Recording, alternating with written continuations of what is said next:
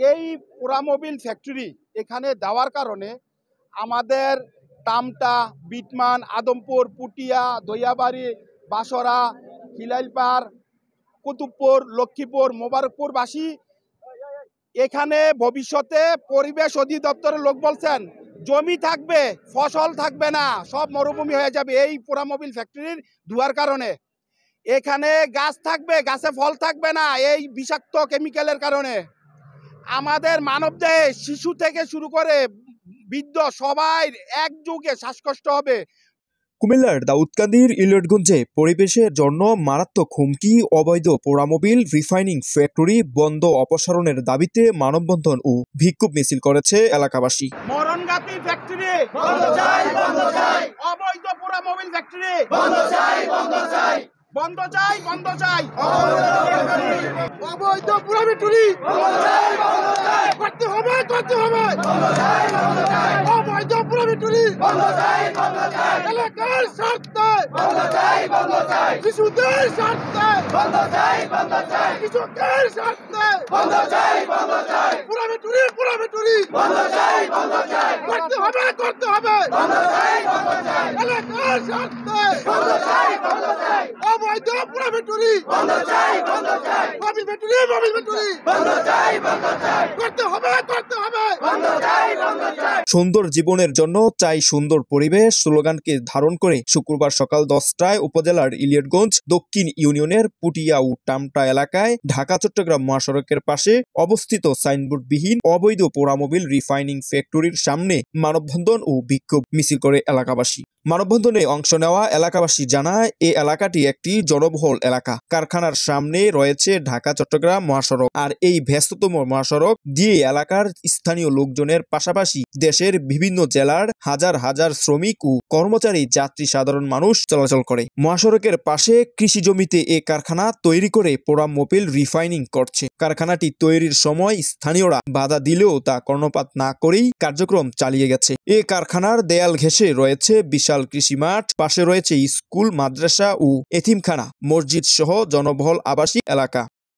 কারখানাটি তৈরি হওয়াতে আমরা আমাদের ছেলে মেয়েদের নিয়ে আতঙ্কে আছি। এই কারখানায় যখন পোড়ামোবিল রিফাইনিং করা হয় তখন এর সাদা ও কালো ধোঁয়া আশেপাশের এলাকায় ছড়িয়ে বিষাক্ত গন্ধ ছড়ায়। রাস্তা দিয়ে চলাচলের সময় ধোঁয়ার বিষাক্ত গন্ধে গলা শুকিয়ে দম বন্ধ হওয়ার উপক্রম হয়। পাশাপাশি শ্বাসকষ্ট, হাঁপানি সহ বিভিন্ন রোগে আক্রান্ত হয়ে পড়ছে, যা জনস্বাস্থ্যের জন্য বিশাল হুমকি। এর ফ্যাক্টরি দেওয়ার মধ্যে বাচ্চা কাচ্চা নিয়ে খুব আমরা ইয়াতে আছি, আতঙ্কের মধ্যে আছি। এতিমখানা আছে, কয়েকটা মসজিদ মাদ্রাসা আছে। আমরা বহুতবার ওনারে নির্দেশ করছি যে আপনার কাছে অনুরোধ, আপনি এটা চালায়েন না, আমরা ক্ষতিকর। ওনার কারো কথাই শোনে নাই, এই লিয়ে 2-3বার আমরা নিউজ দিচ্ছি। ওনার মন মতন ওনার কাজ করতে আছে। আঙ্গ ফসল জমিন খুব ক্ষতিকর। কয়েক বছরের মধ্যেই এবার সবার শ্বাসকষ্ট হবে। ইতিমধ্যে অনেকের, আমাদের এলাকায় অনেকে এটা এফেক্টেড, অনেকে এই প্রভাবে শ্বাসকষ্ট অনেকে শুরু হয়েছে। তারপরে দেখা যাবে যে 8-10 বছর পরে অনেকের ক্যান্সার হইতে পারে, ফুসফুসের সমস্যা হইতে পারে, কিডনি সমস্যা হইতে পারে, এই ধরনের শারীরিক অনেক সমস্যা। এর পাশাপাশি পরিবেশের যে সমস্যা, এটা তো আছেই, যে দেখা যায় 8-10 বছর পরে আমাদের, আপনারা দেখছেন হয়তো বা আশেপাশে সব ফসলি জমি, আশেপাশে লোকালয় এবং ফসলি জমি, এই ফসলি জমি 8-10 বছর পরে হয়তো দেখা যাবে যে আর ফসল হবে না। এটার এফেক্টের মধ্যে এটাও একটা আছে। এটা শুধু আমার কথা না, এটা পরিবেশবিদ যারা আছে এদের মতামত আমি বললাম। আর তাছাড়া সবচেয়ে বড় কথা হচ্ছে যে গ্রামে মানুষ কেন থাকে? একটা সুন্দর পরিবেশ, একটা নির্মল বাতাস, ভালো বায়ু, এই জন্যই মানুষ গ্রামে থাকে। কয়েকদিন আগে দেখলাম যে ঢাকা পৃথিবীর সবচেয়ে দূষিত শহরের মধ্যে একটা। তো আমার মনে হয় যে আমাদের এই গ্রামের বর্তমান যে অবস্থা, আপনারা ইতিমধ্যে দেখতেছেন যে আমাদের দাঁড়ানো কিন্তু খুব কষ্টকর হয়ে যাচ্ছে, যে দুর্গন্ধ। তো এই দুর্গন্ধ, এটা যদি পরিমাপ করা হয়, আমার মনে হয় যে ঢাকার চেয়ে আরও বেশি দূষিত হবে আমাদের এই বর্তমানে এই এলাকার বায়ু। এই পোড়ামোবিল যে কতটা ক্ষতিকারক হয়তো আজকে আমরা বুঝতেছি না। আমাদের যারা নেক্সট প্রজন্ম আসতেছে, আমাদের যে ছেলেমেয়ে আসতেছে, তারা হয়তো বা 5 বছর পরে, 10 বছর পরে যে ফুসফুসের সমস্যা হবে, আমার হবে, আপনার হবে, সবার, প্রত্যেকের হবে। তো আমার আকুল আবেদন থাকবো আমাদের এলাকার মেম্বার, চেয়ারম্যানের কাছে এবং আমাদের সচিবদের কাছে যে আমাদের এই পোড়ামোবিল থেকে আমাদেরকে বাঁচান। আমরা বাঁচতে চাই, আমাদের সমাজকে বাঁচাতে চাই, আমাদের গ্রামকে বাঁচাতে চাই, আমাদের আশেপাশে সব যত মানুষের সবাইকে বাঁচাতে চাই, আমাদের ফসল জমি বাঁচাতে চাই।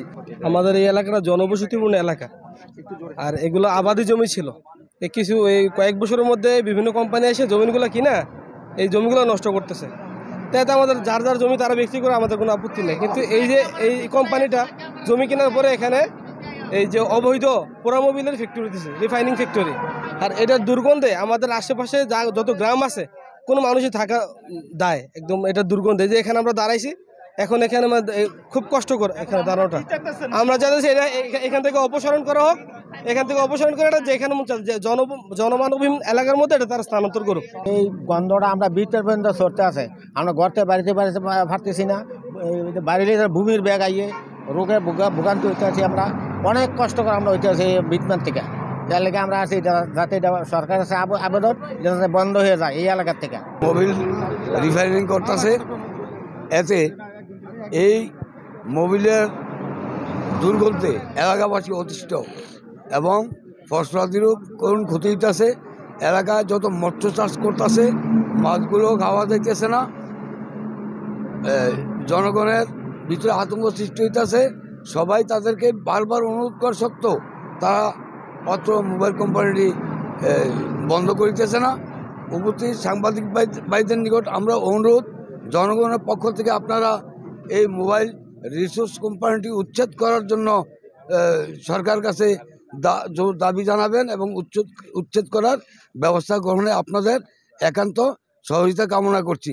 জটিল থেকে কঠিন রোগে পরিণত হবে, এমনকি ক্যান্সার পর্যন্ত হবে এই ফ্যাক্টরি যদি চলমান থাকে।